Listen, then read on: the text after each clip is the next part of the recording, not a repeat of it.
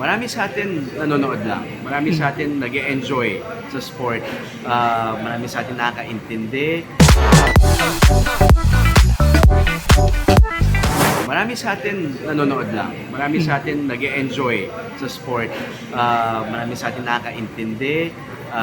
Marami din sa atin na tinatawag na ZMT, Zero Mat Time. Meaning, hindi naman ako nandun, pero kung magsalita ako, madami kong alam. Marami sa atin dun. But to actually go out and go to the gym and train dahil inspired ka, that's step one of investing in yourself para maging mas healthy ang buhay mo.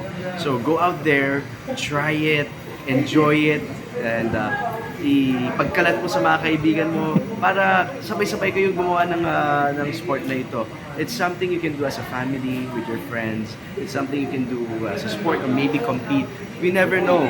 We want to make life exciting. Go out, go train.